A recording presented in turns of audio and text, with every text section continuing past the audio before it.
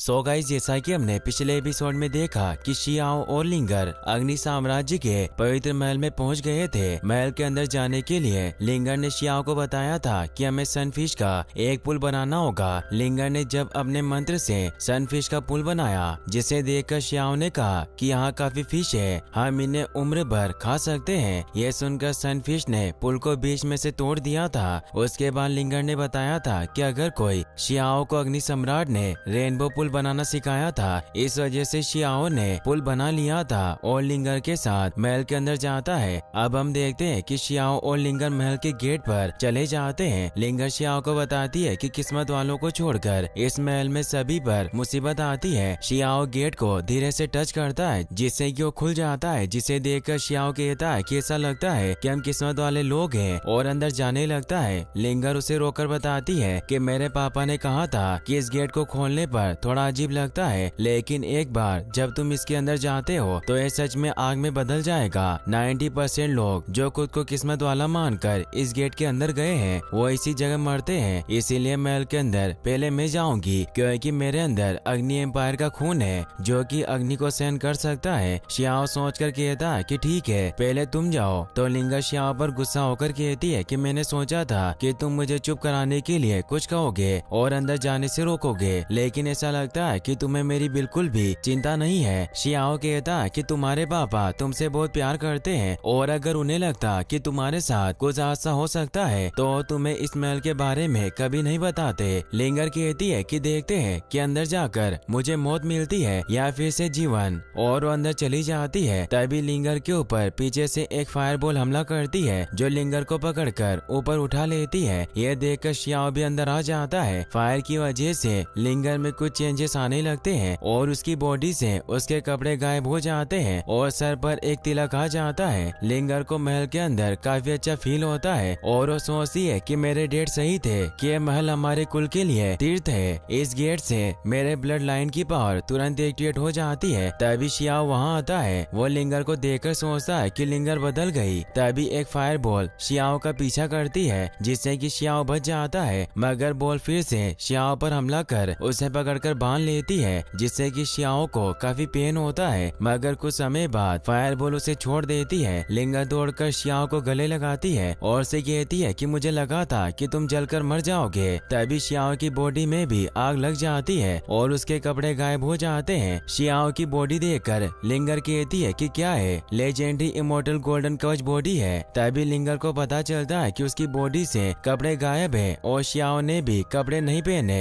यह देखकर लिंगर शर्मा जाती है और शियाओ को चाटा मारती है। कुछ समय बाद दोनों के पास फिर से अपने कपड़े आ जाते हैं। लिंगर शियाओ से काफी नाराज थी। शियाओ लिंगर से कहता है कि मुझे पता चला है कि मेरा इमोर्टल गोल्डन बॉडी कवच न केवल आग का सामना कर सकता है बल्कि थप्पड़ भी झेल सकता है, मगर लिंगर फिर भी शियाओ से बात नहीं करती। तो शियाओ कहता है कि अगर मैंने तुम्हारी बॉडी को देखा है तो तुमने भी मेरी बॉडी को देखा है। यह सुनकर लिंगर उसे चुप रहने को कहती है। तभी लिंगर को कुछ दिखाई देता है। शियाओ और लिंगर दौड़कर वहां जाते हैं। लिंगर बताती है कि मेरे कुल सम्राट का प्राचीन शास्त्र है और उसके पास जाकर हाथ जोड़ लेती है। तभी शियाओ भी लिंगर के पास आकर वहां लगे आसन पर बैठकर दोनों ध्यान लगाने लगते हैं। शास्त्र की पावर से लिंगर हवा में उड़ने लगती है और उसके आसपास मैजिक लाइन एक्टिवेट होती है, मगर शियाओ को कुछ नहीं होता और वो खाली बैठा था। शियाओ देखता है कि लिंगर हवा में है और वो एक लोटस में कैद हो गई है। यह देखकर वो समझ जाता है कि शस्त्र की पावर आम लोग के लिए नहीं है, इस पावर को बस अग्निवंश का ब्लड ही यूज कर सकता है। मगर शियाओ इस बात से थोड़ा उदास होता है और वहाँ से चला जाता है। शियाओ जिस पट्टी पर शास्त्र रखा था उसके हाथ लगाता है, जिससे कि वहाँ एक हैंड और बाहर आता है। शियाओ उस हैंड से अपने हाथ को टच करता है, जिससे कि वो हैंड ब्लास्ट हो जाता है और उसके कई सारे टुकड़े होते हैं और एक रेड बर्ड एक्टिवेट होता है जो शियाओ पर हमला करता है, जिससे शियाओ काफी दूर जाकर गिरता है। बर्ड के हमले को रोकने के लिए शियाओ मर्जिगल प्लस प्राचीन शेड ट्रिक से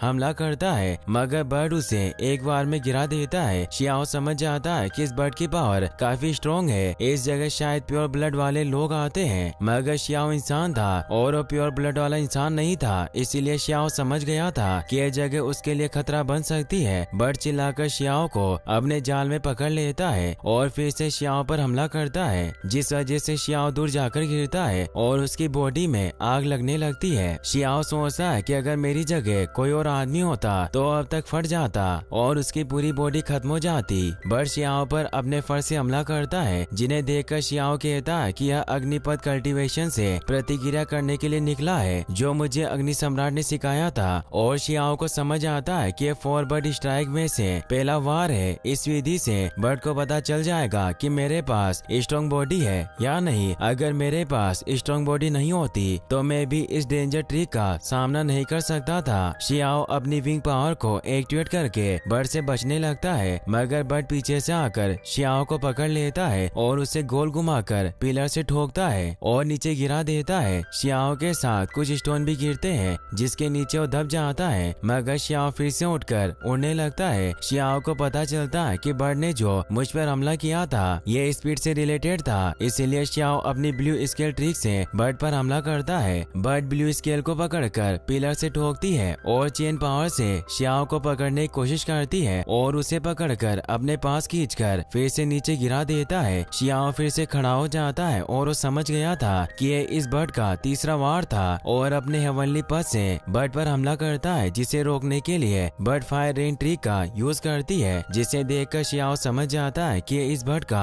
आखिरी हमला है। जो फायर रेन है, इस बर्ड की पावर अमेजिंग है और इस तरह वो बर्ड वहाँ से चला जाता है। शियाओ बर्ड के 4 अटैक से बच गया था, मगर वहाँ की जगह गिरने लगी थी। शियाओ वहाँ से उड़कर लिंगर के पास आता है। दूसरी तरफ लिंगर अपने कल्टीवेशन से बर्ड को अपने पास बुला लेती है और लिंगर लोटस से बाहर निकलकर अपने कल्टीवेशन को पूरा कर लेती है, मगर लिंगर के ऊपर एक पिलर गिरने वाला था, जिसे शियाओ देख लेता है और लिंगर को बचाने के लिए शियाओ जल्दी से लिंगर के पास जाता है और उसे अपने हाथों में उठाकर वहाँ से दूर ले जाता है। लिंगर शियाओ से पूछती है कि मैंने अभी मेरे कल्टीवेशन को पूरा किया है, फिर ये होल क्यों गिर गया। शियाओ कहता है कि एक लॉन्ग स्टोरी है, तुम मुझे पहले कसकर पकड़ो, और लिंगर को लेकर हॉल से बाहर आता है। लिंगर शियाओ से कहती है कि अब तुम मुझे बताओ कि रियल में क्या हुआ था। शियाओ कहता है कि मैं तुम्हारा वेट करते करते बोर हो रहा था, इसीलिए मैंने बर्ड के 4 अटैक सीखे। लिंगर बताती है कि मेरे डैड ने कहा था कि इस महल में जो बर्ड है उसके 10 अटैक को जो कोई भी सीख कर उनका इस्तेमाल कर सकता है तो उस टेक्निक को रिसीव कर सकता है जो गॉड और डीमन को जला सकती है। बर्ड के 10 अटैक काफी लंबे चलते हैं। अच्छा है कि तुम उनमें से 4 अटैक करना सीख गए। शियाओ कहता है कि हमें इसे चलते रहना चाहिए, शायद तुम्हारे पूर्वजों ने मेरे लिए और भी ग्रेट अपॉर्चुनिटी को तैयार किया हो। शायद तुम्हारे पूर्वजों ने मेरे लिए और भी ग्रेट अपॉर्चुनिटी को तैयार किया हो। और वो दोनों वहाँ से एक वीरान जगह पर चले जाते हैं, जिसे देखकर लिंगर कहती है कि मेरे डैड ने कहा था कि ये जगह पवित्र सम्राट महल का सच्चा सोर्स है। शियाओ कहता है कि क्या निर्माण ब्रिज है। लिंगर पूछती है कि तुम्हें इस बारे में कैसे मालूम। शियाओ कहता है कि ऐसा नहीं है कि मैं पढ़ नहीं सकता, तुम्हारे सामने ही तो लिखा है। तभी शियाओ को वहाँ कुछ लोटस दिखाई देते हैं, जिन्हें देखकर वो कहता है कि क्या है मैग्मा के लोटस फ्लावर है, और बैठकर उनकी ब्रेथ को चेक करता है। शियाओ कहता है कि इसके अंदर से काफी अच्छी खुशबू आ रही है, लेकिन इस फूल के अंदर मैग्मा को नहीं होना चाहिए था, क्योंकि ये एक डिवाइन एनर्जी से